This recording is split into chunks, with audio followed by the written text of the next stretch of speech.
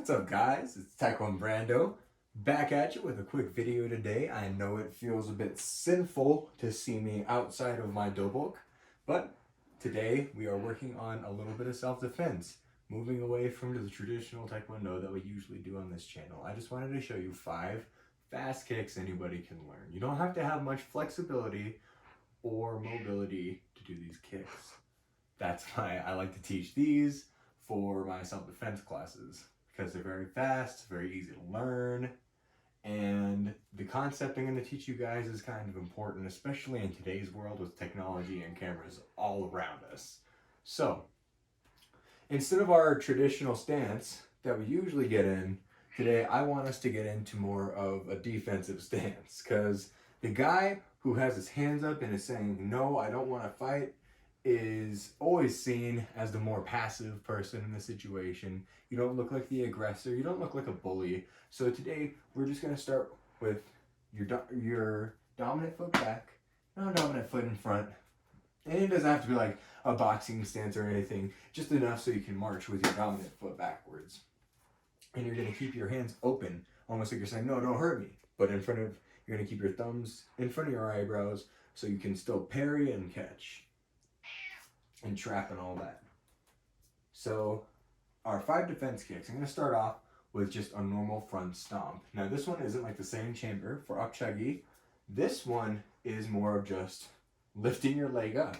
That's why these don't require a whole lot of training, and these don't require a whole lot of mobility either. These are very basic kicks. So you're saying, no, please, I don't want anybody to hurt me. So if anybody has a camera, if there's anybody around, they know that you are the passive person. You are the defender in the situation. You are not the aggressor. Now, hands in front of the face, making sure you're still protecting your face at all times, making that frame, thumbs by the eyebrows. And our first kick is just going to be a basic 1, 2, stomp down. Aiming your knee, pointing it right at their knee. Stomp down. Boom. And that's just a front stomp. You're aiming it right at their knee, pushing their knee in and hyperextending it. 2. And you're just backing up. Boom. That's my cat right there. He's cute and he's gonna make me lots of money someday. All right, our next kick. So that was a really simple one, guys. Just you can practice that on a little piece of wood, maybe put a broom, just angle it up somewhere, aim it down so you can learn how to aim your kick right down at the knee. And remember that you're kind of pushing your hips forward as you're pushing your shoulders back to generate more power with this and to kind of get your face out of the way if anything happens. You can even swing the kicking arm down a little bit if you want to generate a whole lot of power. Boom! Boom! Boom! Boom! Boom! Now, our second stomp is going to be the outside stomp. Now for this one, before you execute the stomp, I want you guys to open up your hips. I want you to turn your foot, point it outside. This foot is going to come up, and it's going to stomp while your toes are pointing outwards. Outside stomp. Pointing to the same exact place. Right on the knee, same objective is to hyperextend the knee. Now, outside stomp, you get in your stance. You're like, I don't want to hurt nobody. I ain't looking for no trouble, buddy. All right? I ain't looking for no tussling. Get in your stance. Open the hips. Boom. Open the hips. Boom. My toes are pointed outside. I'm stomping to the knee. Hyperextending the knee. If you're more close range, stomp downward. Always aim your knee at their knee or right above their thigh so you can hyperextend the leg right here. Boom. Boom. Boom. Bang. All right, so now we're going to go to the side stomp. The same thing as a upchagi, but now we're just going to do it lower. Alrighty? So, hands up, hands up, hands up. And the chamber is not going to be as drastic as when you're doing it to the midsection. You're just going to chamber, small chamber, but you're still chambering it like you're going to stomp. stomp down on the knee. All right? So you're asking for no trouble. I don't want no trouble. Hey, come on, buddy. I don't want no trouble. I don't want no trouble. I don't want no trouble. And boom, right on the knee. Still same principle, hyperextending the knee. This one is going to drive you a little bit more forward into the confrontation. In Gracie combatives, they use this to kind of like scuff off the knee so they can get into the clinch. I don't know why I did that. Well, anyways, that is just a normal side stomp. Boom. They're advancing toward you. They're advancing toward you. You're taking a step back, create your distance, and stomp. Same thing with Gracie combatives. You're stomping the knee, scraping off of it, going into a clinch. Boom. Doing your takedown. But for this purpose, for the Taekwondo one, we are looking to hyperextend the knee, possibly do some damage to their leg. We want to disable them because if they can't walk, I know it's kind of cliche, but like just like the Karate Kid, if you can't walk, you can't fight. And that's what we want to do here. We just want to disable their ability to walk, or at least make them do ow, ow, ow, that a little bit. Now, number 4. Sorry, I'm a little out of breath, guys. I know my cardio's been off lately.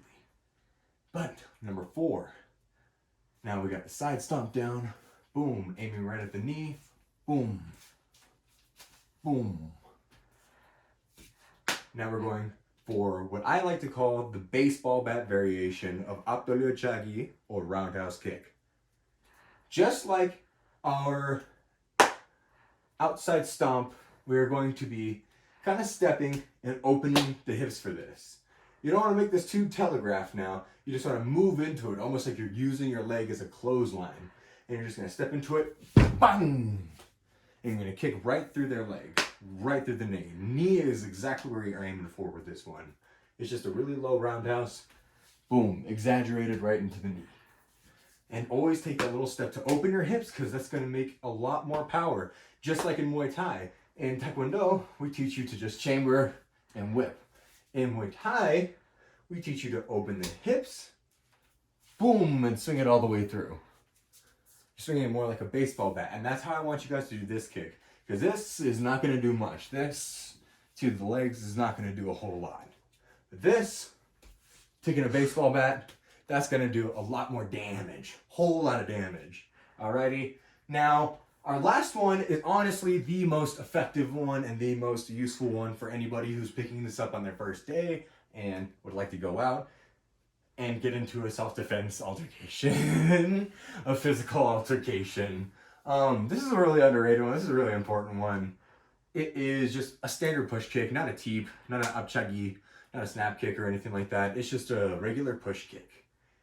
And all you're going to do is just chamber, but you're not going to chamber like you're doing it for upchagi, you know. You're just going to chamber, boom, lift your knee up. You're going to place your foot right on their chest, on their stomach, depending on their height.